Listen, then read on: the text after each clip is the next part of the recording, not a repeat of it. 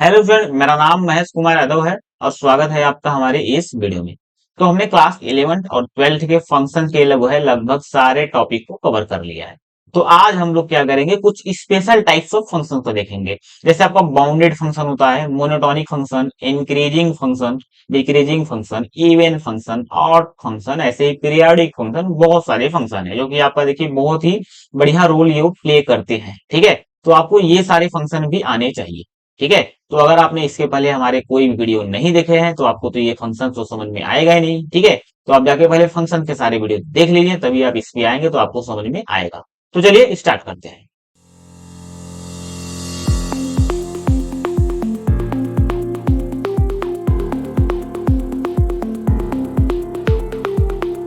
तो देखिए हमारा फर्स्ट क्या है, हमारा फर्स्ट है bounded function. A function is said to be bounded if there exists a positive real number capital M such that modulus of f of x is less than or equal to capital M for all x belongs to its domain। मतलब कहने का साफ साफ ये है कि जो भी आपका फंक्शन हो उसका रेंज जो होगा वो बाउंडेड होना चाहिए। बाउंडेड होने का मतलब है कि उसका रेंज जो होगा किसी ना किसी पॉजिटिव नंबर से बाउंड होना जरूर चाहिए। ठीक है, तो ध्यान दीजिए। और कुछ इस प्रकार की modulus of f of x less than equal to capital M. जैसे देखिए इसको तो हम बाद में एग्जांपल देखते हैं, पहले मान लीजिए कि आपका कोई फंक्शन है जो कि देखिए ए से बी पे डिफाइन है। ठीक है, ये फंक्शन आपका एफ है जो कि ए से बी पे आपका डिफाइन है। तो मान लीजिए ए में सेट आपके क्या है, 1 2 3 4।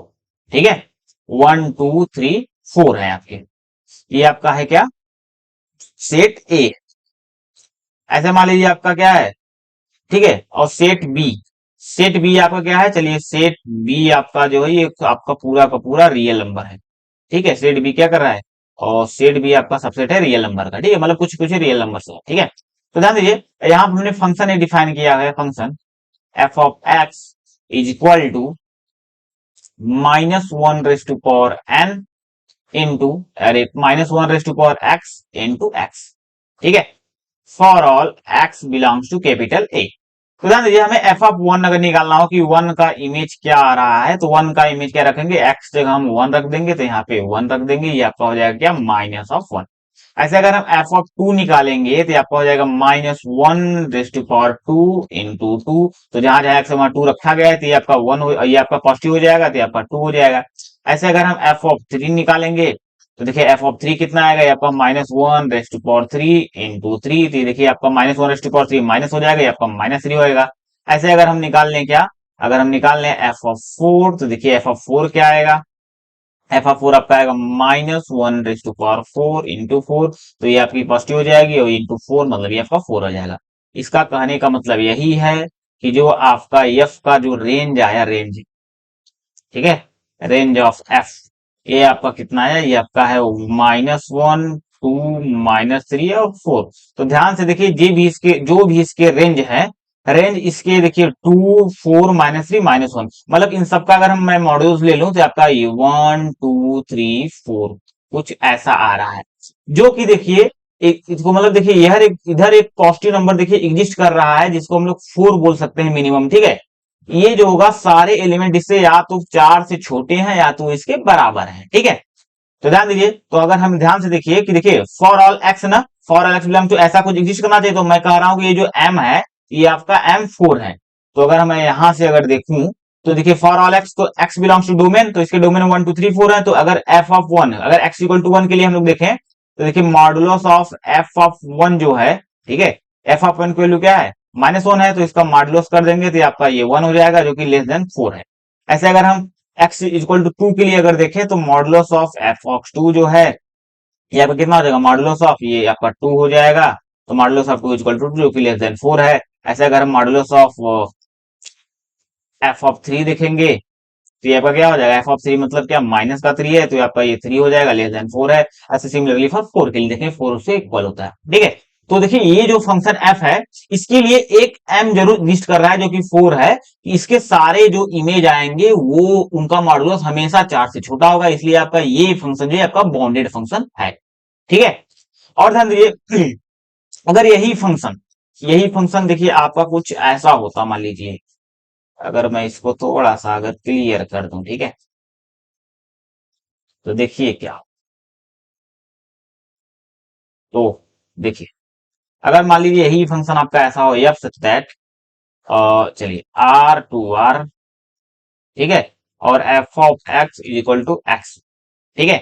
तो ध्यान दीजिए यहाँ पे जो f of x equal to x है, मतलब जो modulus of f of x होगा, इसको हम लोग मॉडुलस ऑफ एक्स लिखेंगे। तो ध्यान दीजिए ये जो होगा, इसके लिए कोई एक नंबर ऐसा मिलेगा ही नहीं, ठीक है, कोई एक नंबर ऐसा मिलेगा नहीं जिसके लिए ये क्या हो, ये जो होगा छोटा हो जाएगा। क्यों? क्योंकि ध्यान दीजिए ये पूरे रियल नंबर में डिफाइन है, तो हमें पता है इसकी ग्राफ देखिए कुछ ऐसा आता है, वाई इक्वल टू एक्स के लिए ये ग्राफ होता है। तो ये हमेशा देखिए फंक्शन ये जो है बढ़ता जा रहा है, अगर एक्स वैल्यू बढ़ाते जाएंगे तो इसको वैल्यू बढ़ती चली जाएगी। तो फॉर ऑल एक्स के लिए ध्यान दीजिए ये आपका पूरा का पूरा, ध्यान दीजिए इसका रेंज क्या आएगा, इसका रेंज आपका पता है पूरा का पूरा रियल नंबर होता है। तो रियल नंबर मतलब माइनस इन्फिनिटी टू इन्फिनिटी, तो कोई नंबर तो इसमें एक ऐसा एग्जिस्ट नहीं करेगा जिसको बाउंड कर पाए ना, क्योंकि ये पूरा माइनस इन्फिनिटी, ये माइनस इन्फिनिटी से प्लस इन्फिनिटी तक पूरा जा रहा है। तो कोई एक नंबर तो एग्जिस्ट करना चाहिए कि जिससे इसके सारे एलिमेंट क्या हो, छोटे हो। तो ऐसा कोई एलिमेंट यहाँ पे एग्जिस्ट नहीं करेगा, ठीक है, जिसके लिए ये पूरा का पूरा रियल नंबर क्या हो, उससे छोटा हो। तो इसलिए आपका क्या होगा, ये आपका अनबाउंडेड फंक्शन होता है। तो जो बाउंडेड होता है इसका मतलब क्या होगा, modulus of x less than equal to M है, तो इसका मतलब क्या है, ये बाउंडेड है। अगर ऐसा कोई एम नहीं मिल पा रहा है, वो आपका क्या होगा, अनबाउंडेड फंक्शन होगा। तो यहाँ पे ये क्या है, ये आपका है अनबाउंडेड फंक्शन। और यहाँ पे देखिए आप साइन एक्स क्या है, तो हमें पता है जो एफ ऑफ एक्स है, ये इसका अगर मॉडुलस अगर लें तो हमें पता है ये आपका हो जाएगा साइन एक्स का मॉडुलस। तो हमें पता है जो आपकी साइन एक्स की वैल्यू जो होती है, जो साइन एक्स की वैल्यू होती है, ये 1 से लेकर -1 तक होती है, ठीक है, for all x belongs to, पूरे रियल नंबर के लिए। तो इसके लिए -1 से 1 आएगी, तो इसका मॉडुलस अगर हम लेंगे तो इसका मॉडुलस जो होगा, ठीक है, इसका मॉडुलस हमेशा क्या आएगा, ये आपका आएगा क्लोज 0 to 1, यही इंटरवल आएगा, ठीक है। तो ये जो होगा ये हमेशा देखिए जो 1 से छोटा या इसके क्या होगा, बराबर होगा। तो मतलब साइन एक्स क्या होगा, एक बाउंडेड फंक्शन होगा, क्योंकि mod of f of x के लिए जो है एक देखिए कैपिटल एम जो होगा पॉजिटिव नंबर एग्जिस्ट कर रहा है 1, जिसके कि इसके सारे एलिमेंट क्या उससे छोटे हैं, ठीक है। तो इसलिए आपका ये बाउंडेड फंक्शन होता है। नेक्स्ट देखिए क्या है, इम्प्लिसिट फंक्शन। इम्प्लिसिट फंक्शन कहने का मतलब है कि जो हमारा y equal to f of x जो आपका ये फंक्शन है, इसमें हम y को x के रूप में हम लिख सकें, ठीक है। A function y equal to f of x is said to be explicit if y has been expressed in term of x alone, मतलब y एक तरफ हो जाए, x का पूरा पूरा x क्या हो जाए, एक तरफ हो जाए, ठीक है। तो हम लोग y को x के टर्म में सिर्फ लिख सके एलोन, ठीक है, तो उसको हम लोग इम्प्लिसिट फंक्शन बोलते हैं। जैसे देखिए ये फंक्शन आपको दिया हुआ है, तो 2y plus 3 equal to x, तो इसको हम क्या लिख सकते हैं, 2y equal to x minus 3, तो y इक्वल टू हो जाएगा आपका x माइनस 3/2। तो देखिए y को हम लोग x के टर्म में लिख दिए, मतलब कि फंक्शन ऑफ x करके हम लोग इसको लिख दिए। तो ये आपका क्या होगा, ये आपका इम्प्लिसिट फंक्शन होगा।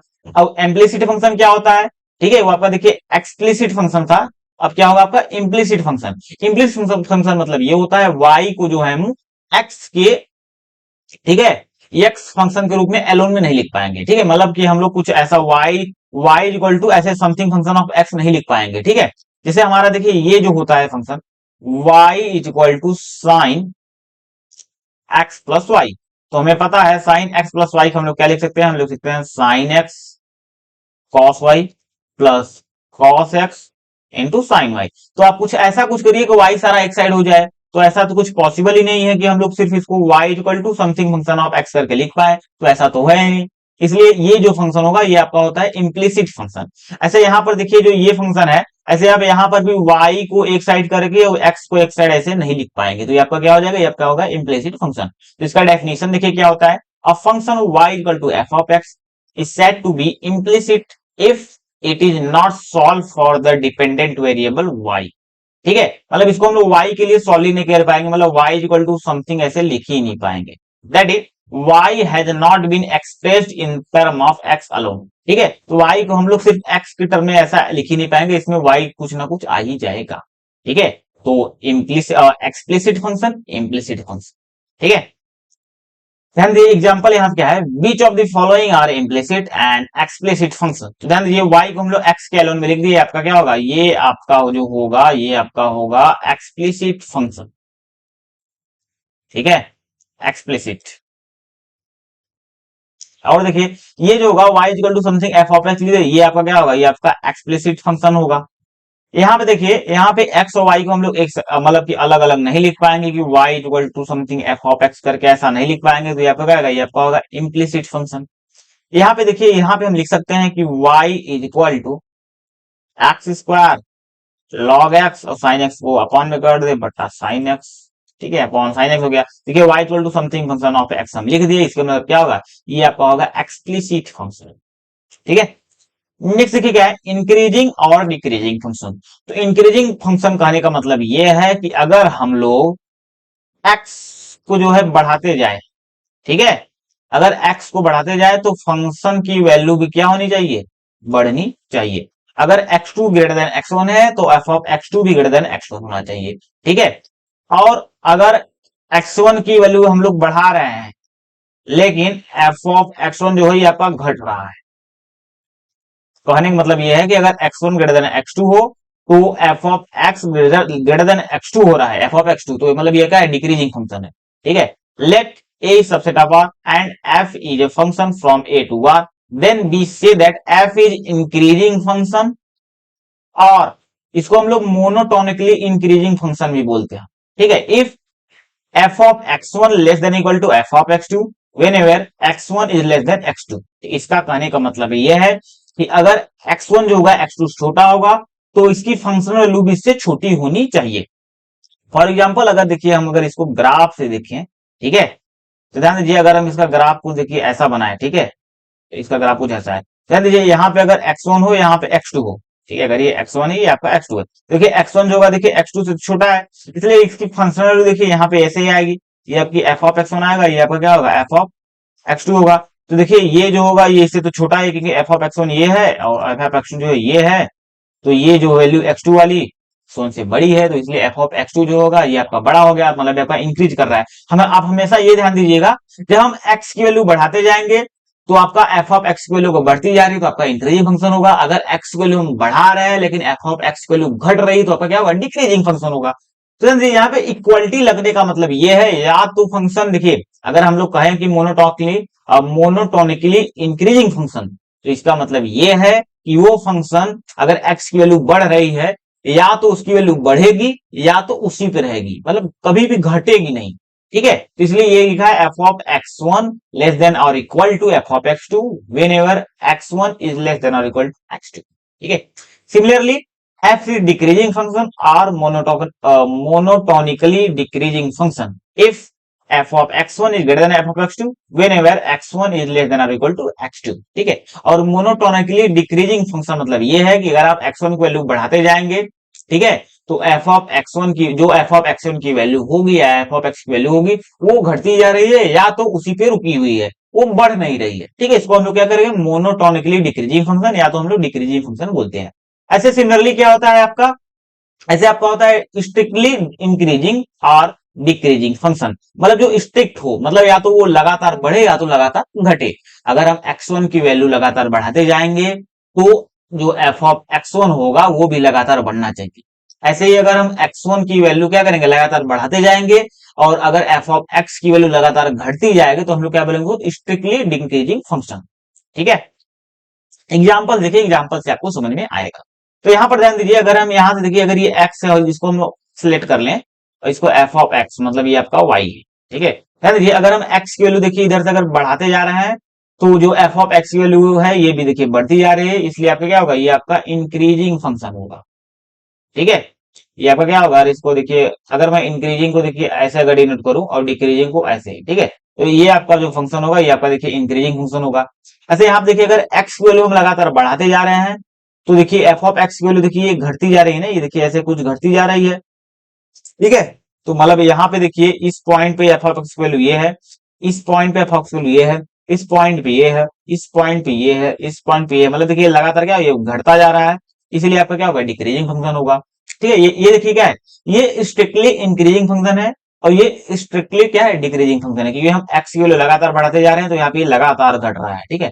ये ध्यान दीजिए यहाँ पे अगर हम देखिए x की वैल्यू यहां से बढ़ाते जाए तो यहां से हम कितना भी बढ़ा रहे हैं इसकी वैल्यू यहां से वहां तक वही फिक्स है, ये जो है बढ़ी नहीं, ठीक है, ना तो इससे बढ़ी ना तो इससे घटी, ये यहां से लेके यहां तक तो वही है, ठीक है, मतलब ये मोनोटोनिक वाला कुछ केस होगा।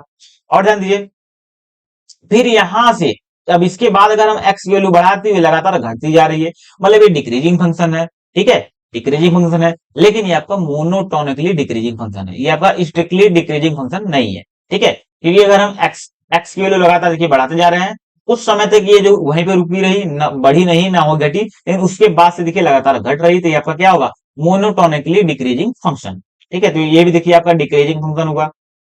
इसको ध्यान दीजिए, यहाँ पे अगर हम लोग ध्यान दें, अगर हम यहाँ पे x की वैल्यू देखिए, अगर हम यहाँ से बढ़ाते जा रहे हैं बढ़ाते जा रहे हैं, तो ये यहाँ से यहाँ तक जो है देखिए घटता जा रहा है घटता जा रहा है घटता जा रहा है, और जब हम इसके बाद x की वैल्यू बढ़ा रहे हैं, तो इस यहाँ से ये बढ़ता जा रहा है बढ़ता जा रहा है बढ़ता जा रहा है, मतलब हम अगर हम x की वैल्यू बढ़ा रहे हैं तो ये एक बार घट रहा है एक बार बढ़ रहा है, मतलब ये तो ना तो इंक्रीजिंग है और ना ही डिक्रीजिंग फंक्शन है, ये दोनों नहीं है, ठीक है।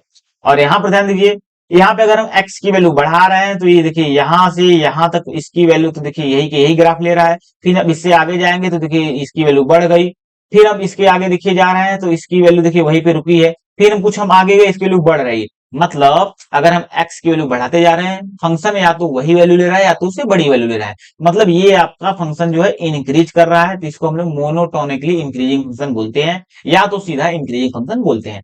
तो आई होप आपको ये सारा देखिए समझ में आया, कि आपको देखिए बाउंडेड फंक्शन मतलब जो आपका रेंज होगा वो आपको बाउंड होना चाहिए किसी ना किसी नंबर से, अगर ऐसा हमें कोई नंबर पॉजिटिव नंबर मिल जा रहा है तो हम उस फंक्शन को बोलेंगे बाउंडेड फंक्शन, अगर ऐसा यम नहीं मिल पा रहा है तो उस फंक्शन को हम क्या बोलेंगे, अनबाउंडेड फंक्शन, ठीक है। और अगर ध्यान दीजिए, इंक्रीजिंग फंक्शन क्या होता है, डिक्रीजिंग फंक्शन क्या होता है, अगर एक्स की वैल्यू हम लोग लगातार बढ़ाते जाएंगे, तो अगर एफ ऑफ एक्स की वैल्यू भी बढ़ती जा रही है तो जाहिर बात वो इंक्रीजिंग फंक्शन होगा, अगर एक्स वैल्यू बढ़ा रहे हैं एक्स वैल्यू और एफ ऑफ एक्स वैल्यू घट रही है, इसका मतलब वो डिक्रीजिंग फंक्शन होगा। और ऐसे सिमिलरली अगर मोनोटोनिक इंक्रीजिंग और मोनोटोनिकली डिक्रीजिंग देखेंगे, तो अगर एक्स वैल्यू बढ़ा रहे हैं तो एफ ऑफ एक्स वैल्यू बढ़ नहीं रही है, ठीक है, उसी को रुकी है, लेकिन कुछ समय बाद वो फिर बढ़ने लगी है, इसका मतलब क्या है, वो आपका मोनोटोनिकली इंक्रीजिंग फंक्शन है। और अगर एक्स की वैल्यू हम बढ़ा रहे हैं और एफ ऑफ एक्स की वैल्यू जो है घट रही है, या तो उसी पे रुकी है फिर घट रही है या उसी पे रुकी है, इसको हम लोग क्या बोलते हैं, मोनोटोनिकली डिक्रीजिंग फंक्शन। और एक क्या होता है, क्या और आपका होता है इम्प्लिसिट फंक्शन और एक्सप्लिसिट फंक्शन। एक्सप्लिसिट मतलब होता है कि एक्स को जो है वाई को जो है एफ ऑफ एक्स के रूप में हम लिख सकते हैं, मतलब y equal to x function of alone, ठीक है, फंक्शन ऑफ एक्स एलोन के रूप में लिख सकते हैं, मतलब जो है वाई को जो है हम अलग अलग लिख सकते हैं, ठीक है, वाई को जो है एक्स फंक्शन के एलोन में लिख दिए। और जो इम्प्लिसिट फंक्शन होता है, मतलब y equal to f of x type, मतलब कि फंक्शन ऑफ एक्स नहीं लिख पाएंगे, वहां कुछ ना कुछ टर्म वाई का जरूर बचा रहेगा, ठीक है। तो आई होप आपको ये सारा देखिए समझ में आया। तो इसके बाद हम लोग देखिए कुछ और अलग टाइप्स ऑफ फंक्शन को हम लोग देखेंगे। तो चलिए आज के लिए बस इतना ही, थैंक यू।